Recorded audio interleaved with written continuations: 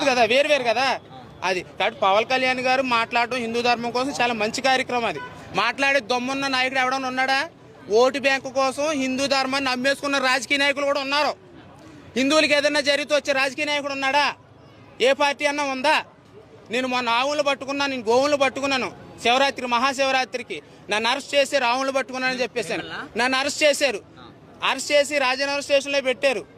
పెడితే ఎవరైనా సరే ఏ పార్టీ కూడా రాలేదు. ఒక బీజేపీ పార్టీ నాయకులు వచ్చి ఆవిడ నిజంగా ధర్మ ప్రకారంగా ధర్మంగానే పనిచేసింది, ఆవిడ చట్టపరంగా పనిచేసింది, ఆవిడ ఎందుకు అరెస్ట్ చేస్తారని చెప్పేసి నన్ను బయట తీసుకొచ్చారు. ఉన్న పార్టీ నాయకులు ఎవరైనా వచ్చారా? హిందువులు ఇప్పటికైనా ఈ విషయం తెలుసుకోవాలి. హిందూ ధర్మంకి సపోర్ట్ చేసేది ఎవరైనా ఉన్నారంటే వాళ్ళకి మనం ఓటేయాలి. నానా చెత్త పార్టీలకి వేయకూడదు ఓటు. ప్రతి ఒక్కడు వస్తాడు ఓటేసామని, అందరికీ వేసేయకూడదు. అటు జయశ్రీరామ్ అన్నప్పుడు మనం ఓటేయాలి. మన ధర్మానికి సపోర్ట్ చేసినప్పుడు ఓటేయాలి. నేనైతే అలాగే వేస్తాను నేను. మరి సెక్యులర్ కుక్కలు ఏం చేస్తారో నాకు తెలియదు. అన్ని మతాలు సెక్యులర్ సమానం అనే సెక్యులర్ గాడికి ఇదే చెప్తున్నాను.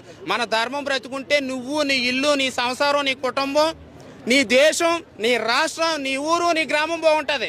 మన ధర్మమే లేనప్పుడు అవతలోడు అన్య మతస్తులు పెరిగిపోతారు.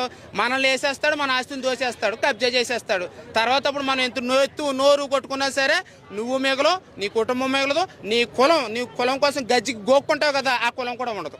బీజేపీలో ఉన్నారు పవన్ కళ్యాణ్ గారు, హిందువులకు మద్దతుగా ఉన్నారు అని అంటే అది ధర్మం నాశనం అయిపోతుంది కాబట్టి సపోర్ట్ చేస్తారు. అలాగే బీజేపీ పార్టీ ఏ మతాలకి వ్యతిరేకం కాదు, అన్ని మతాలను గౌరవిస్తుంది. కావాలని బీజేపీ ప్రభుత్వం తొక్కేయాలి, దేశం డెవలప్మెంట్ అవుతుంది, వాళ్ళ మత మార్పిడిలకి గురి అవ్వకుండా చేస్తున్నారని చెప్పేసి అని బీజేపీ పార్టీ మీద బురద జల్లుతున్నారు. దేశం డెవలప్మెంట్ అయ్యిందనుకో, దేశం డెవలప్మెంట్ అయితే అప్పుడు మనం ఏం చేస్తాం? మత మార్పులు చేయడానికి అవకాశం అవ్వదు. అదే దేశం నాశనం అయిపోయి మత కల్లోహలాలు జరిగేసి డెవలప్మెంట్ లేదనుకో, మత మార్పులు చేయడానికి బాగా అవకాశం దొరుకుతుంది. అంతే కాబట్టి ఎప్పుడైనా సరే మన బీజేపీ పార్టీ మీద ఖచ్చితంగా బురద జల్లుతారు ఖచ్చితంగా.